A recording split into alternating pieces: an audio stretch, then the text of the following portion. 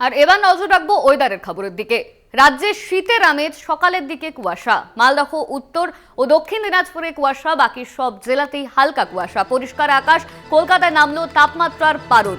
আমাদের সঙ্গে ফোন লাইনে রয়েছে আমাদের প্রতিনিধি শাশ্বতী রায়। শাশ্বতী, রাজ্যে শীতের আমেজ, আবহাওয়া দপ্তরের তরফে ঠিক কি জানানো হয়েছে? দেখো, যেমনটা বলেছিল আলিপুর আবহাওয়া দপ্তর যে 15 তারিখের পর রাজ্য জুড়ে শীতের আমেজ নামবে, ঠিক সেইভাবেই কিন্তু তাপমাত্রার পারদ পতন হয়েছে এবং শহর কলকাতার ক্ষেত্রেও সর্বনিম্ন তাপমাত্রা 20 ডিগ্রির নিচে নেমেছে এবং সেক্ষেত্রে -0.3 ডিগ্রি কম রয়েছে, যা স্বাভাবিকের থেকে তাপমাত্রা কম।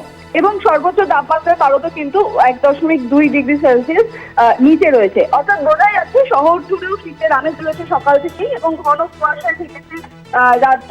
বিশেষত পশ্চিমের জেলাগুলিতে পারদ পতন দ্রুত হবে এবং আগামী 4 দিনে তাপমাত্রার পারদ 2 থেকে 4 ডিগ্রি সেলসিয়াস নামার সম্ভাবনা জারি রয়েছে এবং ধীরে ধীরে শীতের যে আমেজ এবং উত্তরে যে হাওয়া তা কিন্তু প্রবেশ করবে, কারণ পশ্চিমী ঝঞ্ঝা সরে গিয়ে উত্তরে হাওয়া প্রবেশের যে পথ তা কিন্তু পরিষ্কার হয়ে গেছে বলা যায় এবং যার জেরে শীতের আমেজ ধীরে ধীরে বাড়বে শহর কলকাতার ক্ষেত্রে এবং এই পরিস্থিতি বজায় থাকবে বেশ কিছুদিন।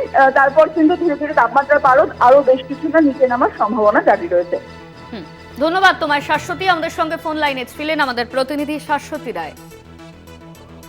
মালদহ উত্তরে শীতের আমেজ, বাকি সব জেলাতেই হালকা কুয়াশা, পরিষ্কার আকাশ দেখা যাবে। রাজ্যের শীতের আমেজ, সকালের দিকে কুয়াশা।